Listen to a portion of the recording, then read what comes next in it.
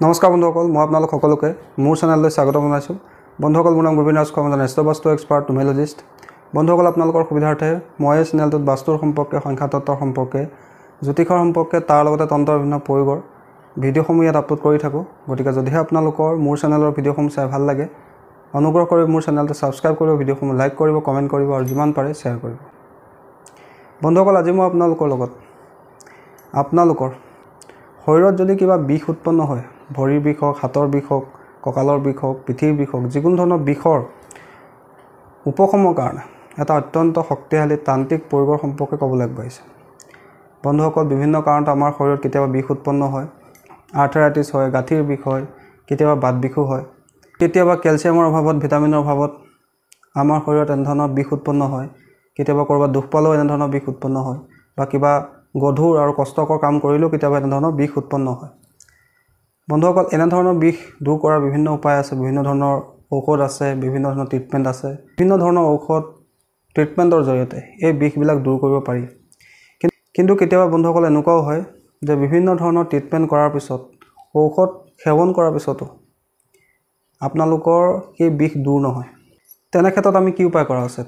বন্ধুসকল, তন্ত্ৰশাস্ত্ৰত আমাৰ শৰীৰত যদি বিষ উৎপন্ন হয়, সেই বিষ দূৰ কৰাৰ বিভিন্ন উপায় আছে।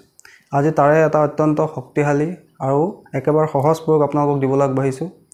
বন্ধুসকল, এই প্ৰয়োগটো আপোনালোকে যিকোনো বিষৰ কাৰণে প্ৰয়োগ কৰিব পাৰে।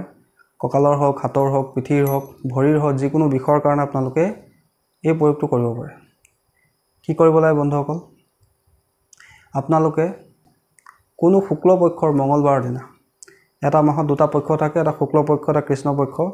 শুক্লপক্ষৰ যিকোনো মঙলবাৰৰ দিনা আপোনালোকে ৰাতিপুৱাৰ সময়ত ভালকৈ গা পা ধুই, পৰিষ্কাৰ পৰিচ্ছন্ন কাপোৰ পিন্ধি, পূব দিশলৈ মুখ কৰি, মই এটা যন্ত্ৰ আপোনালোকক ইয়াত স্ক্ৰীণত দি দিছোঁ। এই যন্ত্ৰটো আপোনালোকে কোনো এখন বগা কাগজত বা কোনো ভোজপাতৰ ওপৰত ৰঙা কলমৰ সৈতে এই যন্ত্ৰটো লিখি ল'ব আৰু তলত নিজৰ নামটো লিখিব। তাৰপিছত আপোনালোকে এই যন্ত্ৰটো আপোনালোকে নিজৰ হাতত ৰাখিব আৰু এখন হাতে চেপা দিব, অৰ্থাৎ বাওঁ হাতত যন্ত্ৰটো ৰাখি সোঁ হাতে চেপা দিব। চেপা দি মনে মনে এটা মন্ত্ৰ মই আপোনালোকক ইয়াত দিছোঁ। এই মন্ত্ৰটো আপোনালোকে 108 বাৰ জপ কৰিব আৰু মনে মনে নিজৰ ইচ্ছাটোৰ কথা ক'ব যে মোৰ শৰীৰৰ আমুক অংগত বিষ উৎপন্ন হৈ আছে, এই বিষ সোনকালে দূৰ হ'ব লাগে। আৰু মনে মনে আপোনালোকে এটা মন্ত্ৰ ক'ব লাগে, ওম বিষহৰাই নমঃ, ওম বিষহৰাই নমঃ। এই মন্ত্ৰটো আপোনালোকে 108 বাৰ জপ কৰিব। এই বাওঁ হাতখনত যন্ত্ৰটো ৰাখিব, সোঁ হাতে এনেকৈ চেপা দিব, দি এই মন্ত্ৰটো 108 বাৰ জপ কৰিব, মনে মনে নিজৰ ইচ্ছাটোৰ কথা ক'ব। তাৰপিছত সেই যন্ত্ৰটো আপোনালোকে শৰীৰৰ যিটো অংগতে বিষ হৈছে, ধৰি লওক কঁকালত বিষ হৈছে, তেন্তে আপোনালোকে সেই যন্ত্ৰটো তাবিজত ভৰাই নিজৰ কঁকালটো ধাৰণ কৰিব পাৰে, কঁকালটো ধাৰণ কৰিব পাৰে, হাতৰ বিষ হ'লে হাতত ধাৰণ কৰিব, ভৰিৰ বিষ হ'লে ভৰিটো ধাৰণ কৰিব পাৰে। বন্ধুসকল, এই প্ৰয়োগটো যদি মই কোৱা ধৰণে আপোনালোকে কৰে, সম্পূৰ্ণ বিশ্বাস ৰাখি এই প্ৰয়োগটো কৰে, খুব কম দিনৰ ভিতৰতে আপোনালোকৰ শৰীৰত যিটো অংগতে বিষ উৎপন্ন নহওক, কিয় সেই বিষ অতি সোনকালে দূৰ হয়। বন্ধুসকল, এইটো এটা অত্যন্ত পৰীক্ষিত প্ৰয়োগ। যদি আপোনালোকে বিভিন্ন চিকিৎসা কৰি, ট্ৰিটমেণ্ট কৰি, ঔষধ খাই, বিভিন্ন ধৰণৰ আপোনালোকে য়োগা কৰি, এক্সাৰচাইজ কৰিও আপোনালোকৰ এই বিষ দূৰ হোৱা নাই, তেন্তে আপোনালোকে এই প্ৰয়োগটো এবাৰ কৰি চোৱা উচিত। বন্ধুসকল, তাৰোপৰি আমাৰ শৰীৰৰ বিষ দূৰ কৰিবৰ কাৰণে আমি এঞ্জেল নাম্বাৰ সহায় ল'ব পাৰোঁ। বন্ধুসকল, যদি আমাৰ শৰীৰত খুব বিষ উৎপন্ন হয়, তেন্তে আমি এই দুটা এঞ্জেল নাম্বাৰ ব্যৱহাৰ কৰিব পাৰোঁ। বন্ধুসকল, সেই এঞ্জেল নাম্বাৰ দুটা হৈছে 39395163, 39395163 আৰু দ্বিতীয় এঞ্জেল নাম্বাৰটো হৈছে 78228438, 78228438। এই দুইটা এঞ্জেল নাম্বাৰ আপোনালোকৰ শৰীৰত যিকোনো অংগত যদি কিবা বিষ উৎপন্ন হয়, সেই বিষ দূৰ কৰিবৰ কাৰণে ব্যৱহাৰ কৰিব পাৰে। কেনেকৈ ব্যৱহাৰ কৰিব লাগে? এই এঞ্জেল নাম্বাৰটো আপোনালোকে শৰীৰৰ যিটো অংগত বিষ হৈছে তাত আপোনালোকে গ্ৰীণ পেন লৈ লিখিব লাগে ডেইলি।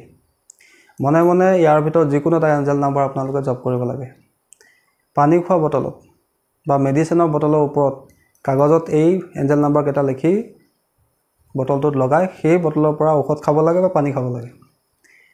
তাৰ লগতে আপোনালোকে এই এঞ্জেল নাম্বাৰটো গ্ৰীণ কালাৰ পেনৰ সহায়ত কোনো কাগজত লিখি, তাৰ তলত নিজৰ নামটো লিখি, চাৰিওফালে এটা বৃত্ত আঁকি, অৰ্থাৎ এনাৰ্জি চাৰ্কেল নিৰ্মাণ কৰি এই এঞ্জেল নাম্বাৰটো আপোনাৰ গাৰ তলত ৰাখিব লাগে। এনে কৰিলেও এই এঞ্জেল নাম্বাৰৰ যিখিনি পজিটিভ এনাৰ্জি আছে সেইখিনি আপোনাৰ লাভ হয় আপোনাৰ শৰীৰৰ যিকোনো অংগৰ বিষ খুব কম দিনৰ ভিতৰতে দূৰ হয়। বন্ধুসকল, আশা কৰিছোঁ আজি আপোনালোকে গম পালে যদি আমাৰ শৰীৰত কিবা বিষ উৎপন্ন হয় সেই বিষ দূৰ কৰিবৰ কাৰণে আমি কি সহজ উপায় কৰিব পাৰোঁ। যদি আমাৰ শৰীৰত বিষ উৎপন্ন হৈছে সেই বিষ যদি কোনো ঔষধ সেৱন কৰাৰ পিছতো, ট্ৰিটমেণ্ট কৰাৰ পিছতো, এক্সাৰচাইজ কৰাৰ পিছতো, য়োগা কৰাৰ পিছতো আমাৰ ভাল হোৱা নাই, সেই ক্ষেত্ৰত আমি এই উপায়কেইটা কৰিব পাৰোঁ। বন্ধুসকল, যদি মই কোৱা ধৰণে আপোনালোকে সম্পূৰ্ণ বিশ্বাস ৰাখি ঈশ্বৰৰ ওপৰত আস্থা ৰাখি প্ৰয়োগকেইটা কৰে, খুব কম দিনৰ ভিতৰতে আপোনালোকৰ শৰীৰৰ যিকোনো অংগৰ বিষ উপশম আপোনালোকে লাভ কৰিব। বন্ধুসকল, আশা কৰিছোঁ আজি আপোনালোকৰ এইটো সম্পৰ্কে জানি ভাল লাগিলে। আশা কৰিছোঁ আপোনালোকৰ ভিডিঅ'টো ভাল লাগিলে। যদি ভাল লাগিলে অনুগ্ৰহ কৰি ভিডিঅ'টো লাইক কৰি দিব, কমেণ্ট কৰিব আৰু মোৰ চেনেলটো ছাবস্ক্ৰাইব কৰিব। ধন্যবাদ।